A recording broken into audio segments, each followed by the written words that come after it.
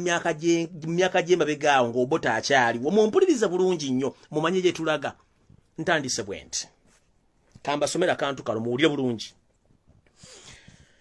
eno bino ebiwandiiko byawandiikibwa omusajja Obote ng'atidde akalulu oluvannyuma lw'okuba nti akalulu kano kaakubibwa ne bamuwangula naye military commission ne taking over electoral commission bwe yagitakinga over bye bino ku bintu bye bakola byaba badraftinga nga bagenda mu kalulu olwaliro executive Museveni Bwakozesa okuba nti byagenda okukola mukyo temwewuunya nga Simon Babakama chairman of commission akwatiddwa era military commission ne takinga over SFC nerangira obulubuno nga Museveni yawangudde kyekigenda okukolebwa kati mu kino njagala mbabuulire nti Museveni ebitabo byasoma abijja kuyamuza omese by'obufuzi go bayita omumpembe Obote Ome Opeto Omugenzi ekyama kino kisoma bwe kiti kubanga kino nakijja wala nnyo nga mmanyi nkola okunoonyereza ani bakigatto banga bampa amawulire bampe bino the secret proposal for the strategy before during and after elections enteekateeka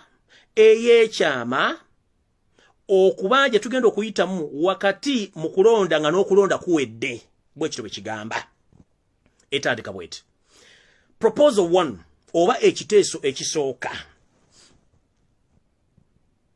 elections should be stopped comrades okulonda kulina okuyimirizibwa Baaluganda you will appreciate even in the acceptance to hold elections under the present state of affairs in Uganda.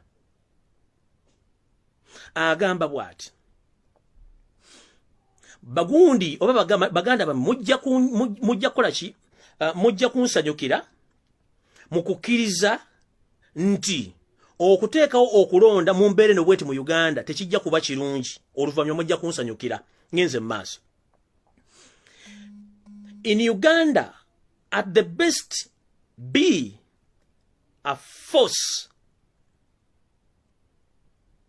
Our party is opposed to the election and will only accept the prospect of holding elections at the greatest of pains. Nako maona gamba. I do not need to remind you how much Baganda hates me personally. Wana kugamba kijja kuba kibi nnyo okuteekawo okulonda naddala mu kibiina kyaffe kino okulonda kuno tekujja kuba nti abantu bagenda kukkiriza ebinaava mu kulonda kuno era ebyokulonda kuno kugenda kubeera kwa bulumi nnyo n'agenda maaso n'abagamba nti njagala bajjukiza mutegeere engeri Abaganda gye batatwagala muba gye batanjagala mu ŋŋanza omuntu wepo n'ekibiina kyange oyo Obote yayogera ebigambo bino byefaananyiriza ddala ekizakitire embeera egenda mu maaso eya Yoseeri Tabaisirwa mutanu wa Kalekyezi gy'alimu essaawa zino naye kati Kalekyezi gundi gy'asanze eri nti bannayuganda bonna bamukooye bino Obote yabiwandiika nga bali mu military commission bawandiika ebintu bino ngenze mu maaso no. Or do you need to be reminded about the demonstrations that followed Lule? Nagamba oba mujjukira oba mwetaaga okujjukisibwa engeri okwekalakaasa okwaliwo nga Lule bamaze omuwamba. Muwulira? This all means that it will be impossible for us to win a single seat in Uganda. Bakugambye nti omumpembe Obote eyakuza Museveni by'obufuzi akugamba nti ayagala okujjukiza abantu bano kyekitegeeza nti okugwa kwa Lule kiyinza okuba nga kizibu nnyo bbo ng'ab'ekibiina ekyali mu buyinza aba UPC okufuna wadde ekifo ekimu mu palamenti ya Uganda nga kiva mu kitundu ekya Buganda exactly nakati bwe kiri ngenze maaso. At this time of our history, we must do everything possible to see that elections are not held on the 30th of September as proposed. Bakugambye nti mu kutya kuno okungi era omumpembe Obote yagamba nti yayina okwagala okukyusa okulonda kuno kuleme kubeerayo ng'ennaku z'omwezi 30 omwezi ogwa September nga bwe kyali kiteekeddwa.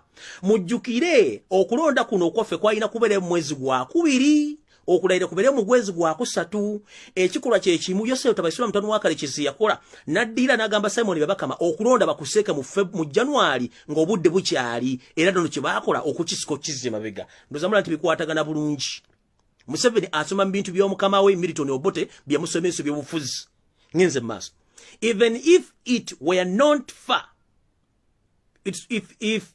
even if it were not for lack of support in the country at the moment our party would simply not be ready by then wano bakugambye ne Museveni okwongezayo kulonda era kyefanagiza Obote kyeyafesinga mbudde kyeyava agamba nti akaseera Museveni nga kalimu kati essaawa zino ekibiina kyabwe kiyinza obutasobola kubeera nga kyetegese okuba ntisobola okulwanagana n'ekibiina ky'ebyobufuzi ekyaliwo ekya Democratic Party mu biseera ebyo kati waliwo NUP era Museveni ali mu kutya nti tasobola kulwanagana na NUP okuggyako okukola obukolomooni bw'ali mu kukola nyenze mu maaso tugenze ku kirala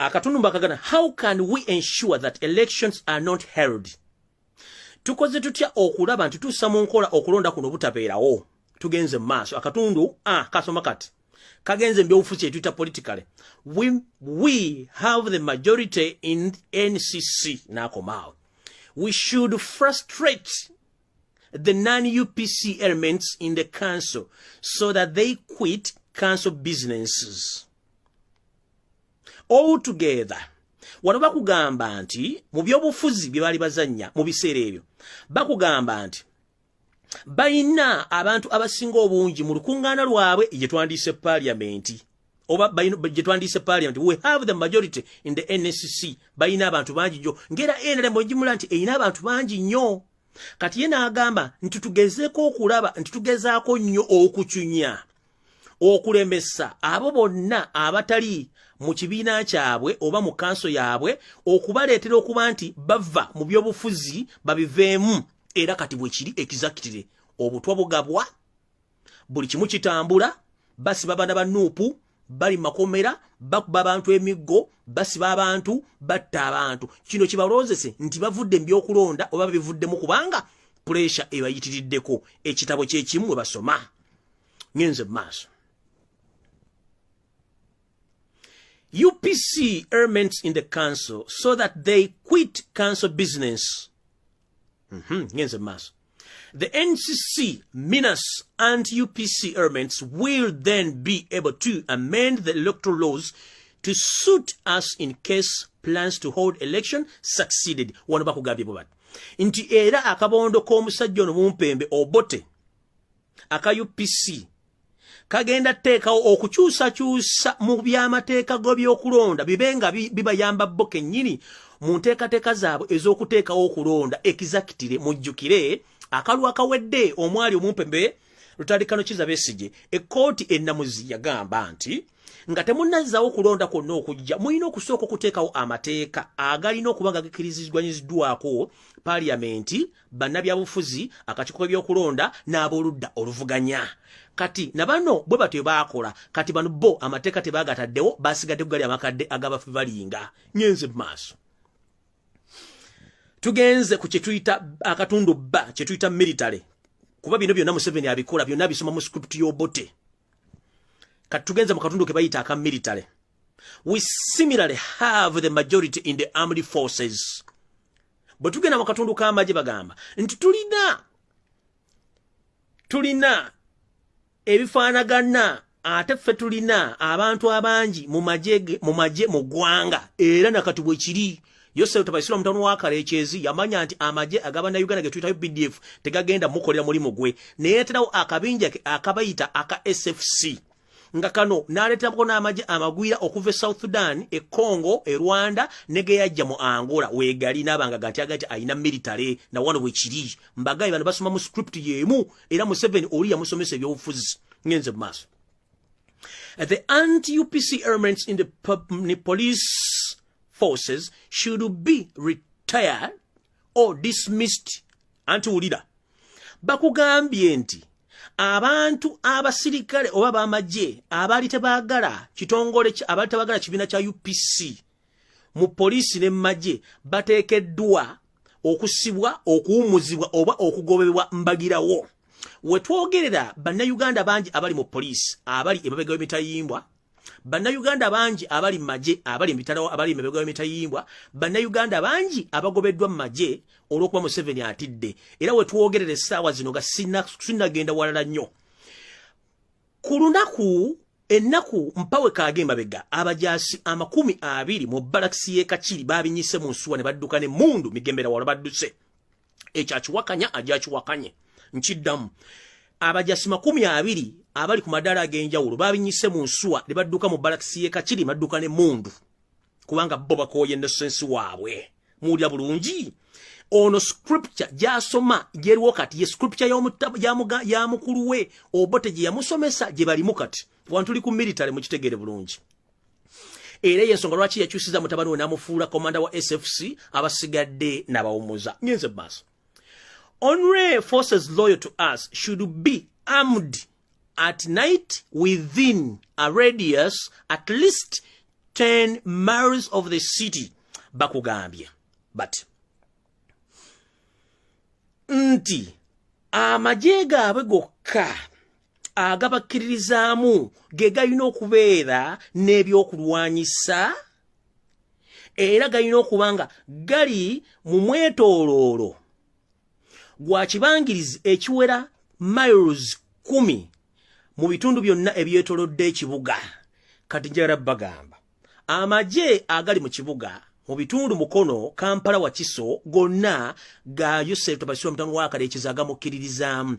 Era amaje agalina ebyokulwanyisa ge ga Museveni ngono bwe yakikola nti amaje gabagaba wagire galina okubeera ne mundu. Mujjukira babegako nabagamba nti Yosef Tobasiro mutano wakale ekiza amaje ga UPDF agasinga obungi tegalina byakulwanyisa mundu bazibajjako baziteeka mu amale namu tezirina we ziri.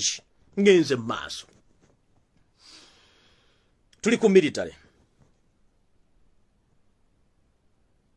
The anti-UPC officers and the men should be sent up country and kept under close surveillance. Bakugambye nti abantu abasirikale mu polisi maje abali tebaagala gavumenti y'omumpembe Obote balina kutwalibwa waggulu w'eggwanga bamambuka ga Uganda era bateekebweko eriiso ejjoji nga babakuuma okubalaba nti balina kye basobola kukola. Ekyo nno lwaliro weekiri kyennyini nti abasirikale abasinga obungi abatawagira gavumenti y'omumpembe Yosef Tobasiro mutano wakalekezi bali mu nkomyo abalala bali mayumba gaabwe babasibira babataddeko kye tuyita obukuumi obw'enjawulo okubatunuulira.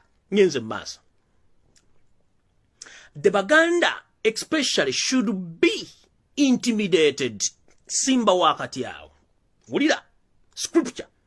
The Baganda especially should be intimidated. Wale bakugamba nti Abaganda okusingira ddala balina okubonerezebwa okutiisibwa okubibwa n'okusibwa. Wetwogerera essaawa zino bukyanga akantu kano katandika akalulu abaana b'Abaganda bavubuka bali wakati w'emyaka 16 ku myaka 3 bali mu kuvundira mu makomera battiddwa abamu baziikiddwa mu nziika etakkirizibwa mu kirindi. Era kino kiri mu scripture y'Obote ekikola olwaleero. Awakana genda onune kuvu ng'embere ng'oziriza amabega wa TV kubanga otidde. Nyenze maaso. There is no way their cooperation can be solicited. It is very important that Julius doesn't not change his attitude towards us. Mujjukire ebiseera ebyo omugenzi Julius Mwali Munyerere ye yalinga guide angel wa Uganda eyali alabirira amaje n'okuba nti amontalinga ebyokulonda n'ebyobufuzi by'omu Uganda. Omumpembe Milton Obote yagamba nti yagamba bwati nti katusuubire nti muneiba waffe omugenzi Julius Nyerere takyusa bwongo bwe oba takyusa bwongo bwe na birowoozo bye okubitunuuliza ffe kubanga okubeerawo kwe mu majje oba mu Uganda kiyinza okutuleetera obuzibu mu bintu byaffe bye tugenda okukola. Mujjukire nti bwe baali bagoba Omumpembe Amini Julius Nyerere n'amajje g'abakombozi bakola kyamaanyi nnyo okununula Uganda. Nyenze maaso. Tukyali katundu kaki ka military. Tugenze maaso. Tugenze maaso. in order to guard against the in order to guard against Julius Nyerere walking out of us, we should keep in touch with federal, so that any alternative force is on standby, especially if we have to experience a situation similar to that to the Angola one. Wano bakugamba nti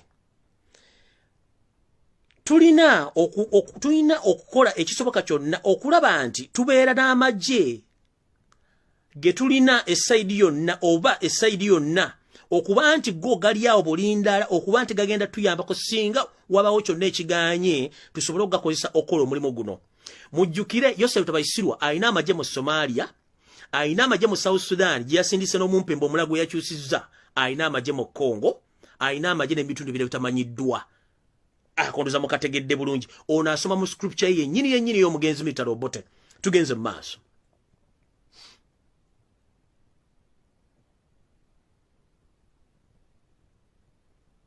FIDO has already shown extent to the help, especially now that the most of our neighboring have turned to America for support. We have therefore to portray ourselves as revolutionaries and perhaps federal tons. Wano jukira nabagambye nti omumpembe Joseph Tabasula mutano wakale kizegambe tuli mu kalulu ka byabufuzi. Tuli mu kye tuyita interest. Bwe yagambidde nti Robert Kyagulanyi Ssentamu mukozi oba America ye mutaddewo okumutawaanya olw'okuba Museveni yaddira n'akyusa interest ze n'azijja mu America n'azitwala China. Era na wano era omumpembe Obote mukama we ekintu kino yakyogerako nga bwe nkibagambye era na kino bwe kiri mu kiwandiiko kino. Kati ngenze mu kiwandiiko ekyokubiri. Tugenze mu administratively.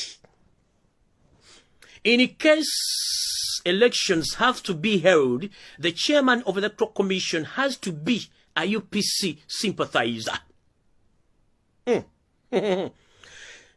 Nti mu ngeri yonna okulonda bwe kunaaba kugenda kuteekebwawo, ssentebe w'akakiiko k'ebyokulonda alina kubeera nga ye ateekwa okuba nga kaada wa kibiina kya UPC ate era ng'amuwagizi waabwe era ng'abasuulirayo omukono oba basuulirayo ettawulo. Ekigenda mu maaso mukiraba. Omumpembe Simon Byabakama Museveni yamwerondera kennyini ate era abadde kaada wa NRM era nga mukama we Obote bwe yakikola nduza mukitegedde bulungi mwina answer gye mwagala. Ngenze mu maaso. I have in mind our old friends Kikira would be suitable subsequently to all returning officer should be our sympathizer oba our sympathizers. Muwulire bulungi nnyo scriptures zino original zennyini Museveni z'akozesa. Akugambye nti mukwano gwabwe Kikira yandibadde omuntu omulungi okuba nti akolagana wamu n'abantu bonna betuyita returning officers bonna mu Uganda nga bonna bakolagana mu kintu kyekimu nga bawagira ekibiina kya UPC. Tuzze lunye tubagamba nti bali district returning officers bonna bakada ba NRM ate bonna baggwanga limu lya banyampi. Bana basajja nga ekintu bakizannya dda.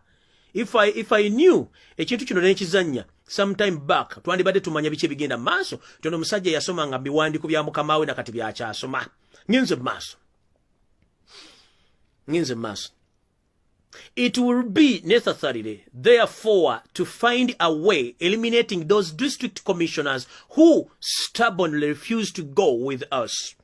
Bakugambye nti bwe kiba kisoboka basobola okufunawo engeri yonna ejjawo aba bonna ba district commissioners oba standing officer abatakkiriziganya na biragiro by'abo aba government abagamba nti basobola bafuukira kagomba bwegoge obutagenda ku biragiro byabwe kukyusa bivudde mu kulonda.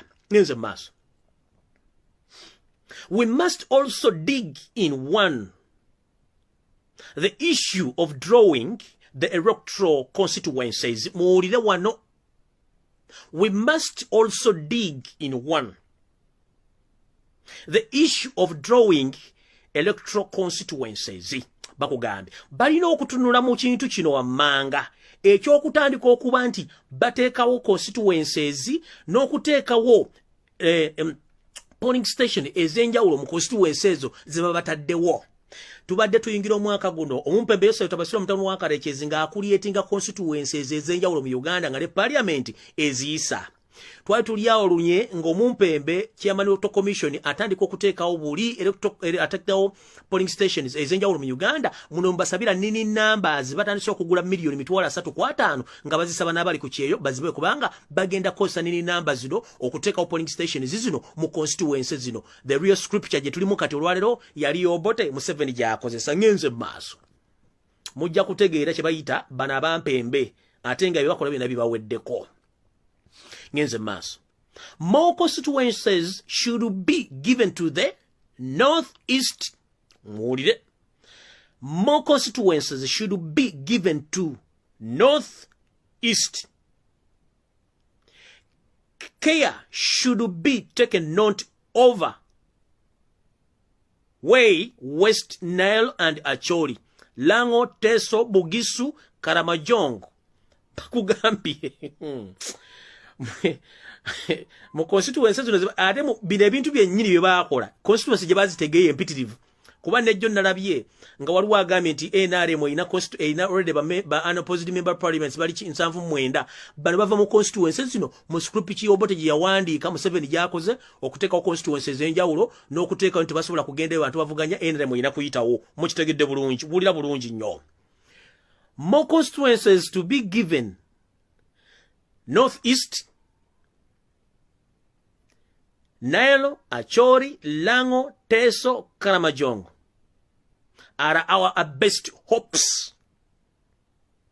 The West is still uncertain. A lot of groundwork has to be done in the West. Era currently bwekiri. And Busoga, they are likely to be persuaded by tribalism to run against us. I'm at pains to propose that if necessary, leaders of other parties should be eliminated, especially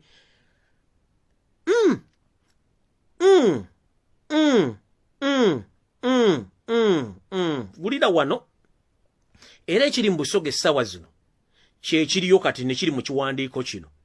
Bagambye bwe kiba kisoboka abakulembeze ab'ebibiina ebirala bateekeddwa okuba nga bagibwawo era kiteekeddwa okuba nga bagibwawo okwewala okuleeta oba okuteteganya ebyokwerinda byabwe naddala mu magye gaabwe.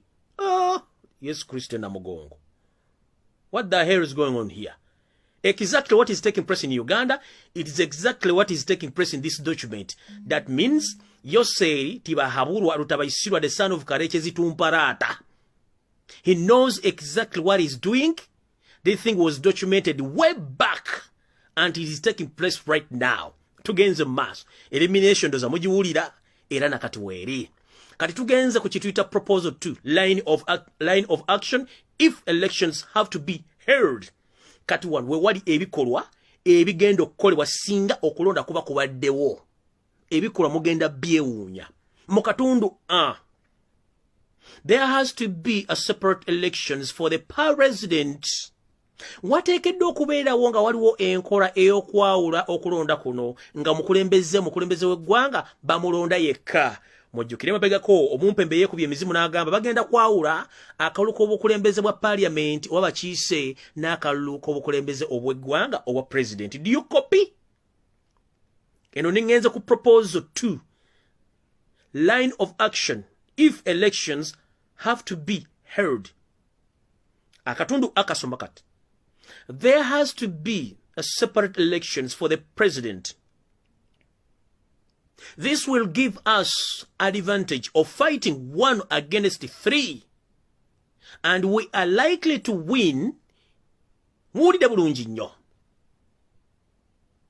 bwe bateekawo okulonda nga bawudde akalulu ka parliament n'ak'obukulembeze bano baba beetegese okuteeka amaanyi gonna nga bamaze parliament yokka n'obukulembeze bateeke amaanyi mu kulonda president buli bajja kikola kati ngenze maaso bagenda maaso baga Nyerere still against this idea but I differ strongly eno enteekateeka ey'okwawula omukulembeze okumulonda olunaku olwo ne parliament bo bagirabanga kyamagereri bo nti balonda ba parliament bagiroze ku lunaku lulala bajja kufunamu ne president baba mulonze ku lunaku lulala bo baba bagainingamu nti bajja kuba balonda abantu bwe baagala bayite obulungi naye wano bakugambye nti omugenzi muwalimu Julius Nyerere yali omukulembeze wa Tanzania nti ekirowoozo kyabwe kino takyagala era akivumirira tugenze maaso Tanzania politics is not same as Uganda. Libagati ebyobufuzi by'eggwanga ery'omulyanira Tanzania tebifaanaganira ddala n'ebya Uganda.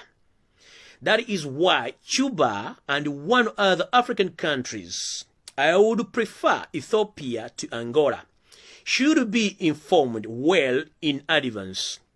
Dr. Paul Kawanga Semwogerere is a man who could be easily dialogued.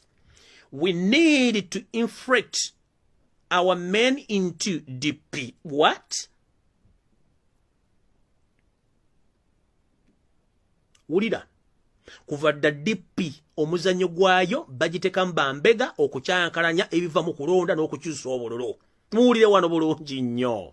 Muwulire wano bulungi nnyo. Muwulire wano bulungi. Okuva dda DP bagikozesa okuba nti bajja okukoleramu obuvuyo bw'okulonda. Muwulire bulungi nnyo kankaddemu.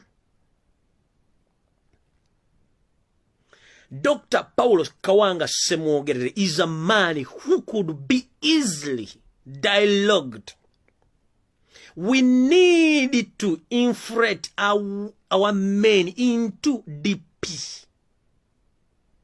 To study the characters, but the leadership of the party is only compromised. It would be easier to cause tribal wrangle within the Democratic Party. Oh, exactly, that is what is taking place. DP bademu simanyi DP y'Abaganda, simanyi kati DP egenze mu nkyoli, simanyi DP kati y'Abanyampi, simanyi DP y'Abachi, batadde mbano bule bavudde bayingidde DP, abendale bayingidde DP bawadde kadi, kumbe sikuli picha y'omu. Oh, Museveni gakubugumye jajja. Gakubugumye. DP bino mbiwulira si bya leero. Museveni byakola exactly the scripture mukama we Obote yaleka ungenze maaso. Katundu ba kasomba kati. Each candidate has to have a separate ballot box. Even if we were to be compromised on the issue of presidential elections, the ballot box must be separated. The need of this is only to clear to you. We are in government now. We have to be one to organize and supervise the elections. That is a golden chance when we must play our cards properly. That is exactly what is taking place. That Yosei Tehaburwa Rutabaiswa, the son of Karekezi Tumparata, right now he is in power and his colleagues. Whatever system, whatever chance favors them to league elections is in their hands because they have army, they have money, and even the chairman of the Electoral Commission is the cadre of NRM. So they must fight to see that they survive this wave of Noop and Robert Chagulanyi Center. So kano kakulaga bulungi nnyo ebintu bino byonna bibakola okulwana babikola babigenderedde nga bimanyi. Nyenze ku proposal 3, the elections. Ulira bulungi nnyo wano. Akatundu kasoma kati. If appear just before, during or immediately after the elections, that things are not working out as we expected, there should be immediately be. Wulira. Akatu proposal oba ekiteeso ekyokusatu mu katundu ak'ebyokulonda akatundu ba kasoma kati. If it appears just before, during or immediately after elections that things are not working out as we expected, there should be immediately be an mutiny by the army for the purpose of the chief of staff has already ensured that all commanders of the brigade are loyal to us. Oh, Mama.